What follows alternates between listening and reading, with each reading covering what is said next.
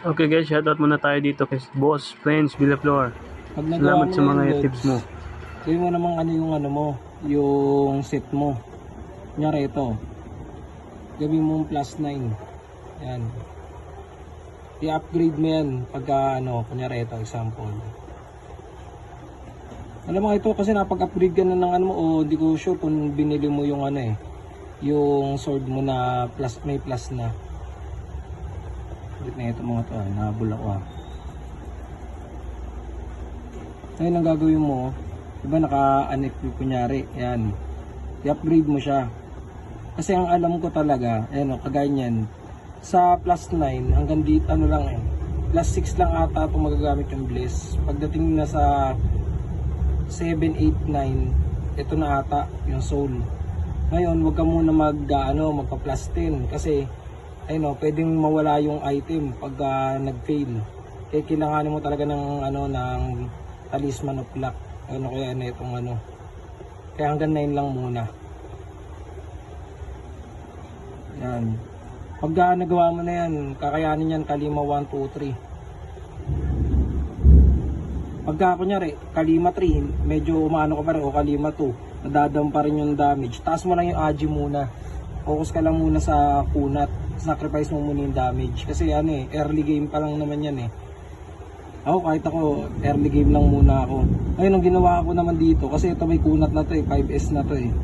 Yung ginawa kong stats ganito. In-STR ko siya para mabilis maka-clear.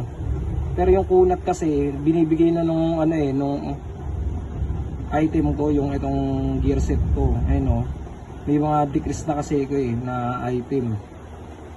Kaya kailangan talaga yung mabibili mo kagaya nito.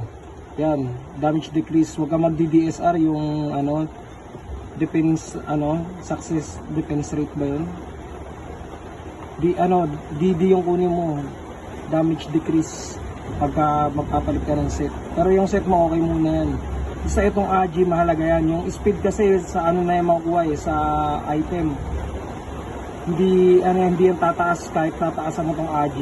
Ang kukunat lang sa yung defense rate. Ito yung hahabulin mo muna. Sa early stage ka pa lang naman . Ngayon, habang tumataas tong AG, pumapalag yan sa kalima. Pag nagkakalima 4 ako, umaabot ng 10k ito. Ginagawa kong 10k yan. Tapos, dito, maglalagay lang yan, 1k. Tapos, yung matitira, STR. Ganun lang din ginagawa ko para makapagkalima ako. Kasi kung gantong yung gagawin ko, gantong stats, wala, 1 hit lang din ako sa kalima o mga 2 hits, 3 hits lang ako sa kalima kahit naka 5 hits ako. Ganun lang muna gawin mo para makasabay ka din sa pagpa-farm. Nalulot naman yung bliss yung ganito, nakakalut naman yan Ngayon kung wala ka pang soul, kahit ma-plus 6 mo lang muna siya lahat, plus 6 lang muna kasi pag plus 6 naman wala namang fail yun 100% naman yung yung upgrade percentage nun. Ganun lang muna gawin mo. Sa scepter, attack power yan. Pag naka-equip ako ng scepter, di ba naka-scepter ako? Yan.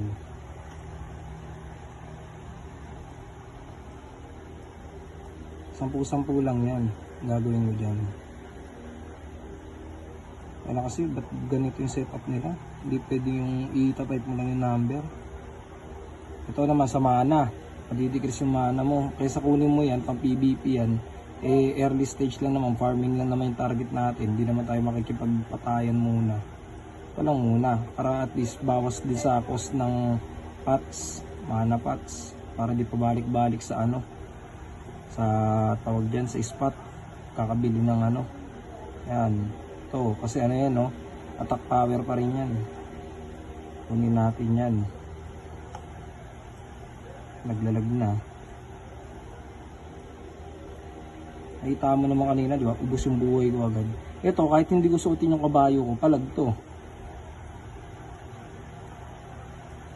Nakadepende lang talaga sa paglalaro na itong master skill.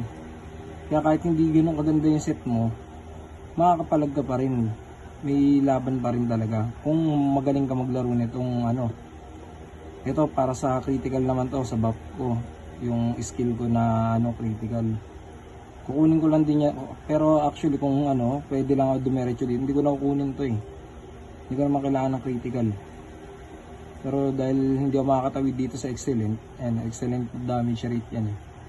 Pipilitan ako magbigay ng 10 dyan. Pero dagdag damage din yan sa mobs. Kasi kahit pag pumasok naman yung critical doon, solid din naman din talaga. Laki din ang bawas talaga. Ayan, 10. Ito, double damage to eh. So, 7. Isasagad ko na dyan para talagang may bawas ako doon. Kahit pa paano. Kaya hindi ko muna nilagyan yung ano, ito. Kaya hindi ko muna ito nilagyan. Dito ko siya ilalagay. Double damage yan, no? Double damage rate. Ano, double damage rate increase. Ayan, sagad na. So, di ba kanina, napatay ako doon. Tatanggalin ko pa tong kabayo. Ngayon, magkakalima 4 tayo.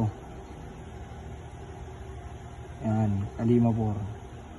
Kaya nga nagugulat sila, 157 kalima 4. Pumapalag ako eh. Oh, wait lang.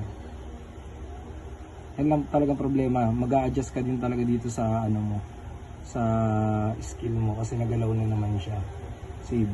Yan na yan. Yan lang yan. Tignan mo kung ano kaibahan. Di ba kanina nakakabayo ko? Ito makapag solo ko. Yan o, kalima 4 yan. Talag yan o. Kahit solo ko, talag siya. Partida, hindi yan basta-basta bumabawas yung ano, patch. Di ba? Bumabakbak siya, pero palag. Pagtutulungan na ako dyan. Pero 344 pa rin. Hindi pa rin nababawas yung buhay. Plus 9 na ano lang to na 5S set. Hindi pa ganun kaganda kasi hindi talaga totally DD lahat ng ano ko. May mga ano pa rin ako. Ito lang naman yung mga DD ko dyan no? Damage decrease. Ito hindi na. Damage decrease pa rin. Ito. Ayan. DSR. Wala pa nga akong ano, additional. DSR na yun. Ito. Ayan na yung additional na sinasabi ko. Wala yung isa, diba? Damage successful rate din yan. No? Pero ito walang additional pa yan. Kailangan ko pa ng Jewel of Soul. Ayan o. Diba? Ngayon, dito ako bumawi. Yan, damage decrease 2%. Ito din, damage decrease yan. Pero mas maganda kung mapapataas mo yan. Kasi ito, pinataas ko din to. Yan. Sa scepter ko naman kasi, increase damage, ano lang, hindi naman percentage to. Kaya useless, di ba? Dapat, yung percentage ang ano ko talaga. Rin, ito yung pare. Ngayon pa lang siya nakapag-patch. Ilang minutes na yung mga lipas. Ano naman yung bigay ng ano. Diba? Kahit mag-solo ko, paano kung may kaparty pa ako dyan, sobrang bilis ko mag-clear dyan. Ibig sabihin, diba? Matutulungan na sa pag-clear. Ano, 1.5 lang yan, 1.57 lang yan. Actually, nagkakalima 4 na ako, ano pa lang, 130. Pumapalag na ako dito. Ang gamit ko pa na set yung ano, 4S. Pero yun, sagad talaga na purong-purong ano yun. Purong-purong agi yun. Ang ginawa ko dun, di ba dito kung 10k, dati ang umaabot ng ano to, 1.2. Tapos ito 500 lang. Tapos ito, parang mga ano nga lang pumalo to eh. 2,000, 1,000. Wala ka talagang damage, pero makakasabay ka dito. Kung may kapiti ka, okay na rin yun. At least nandito ka, sila nang bahalang mag-clear ng ano. Ayun, pumapalag yan garo. Oh, diba?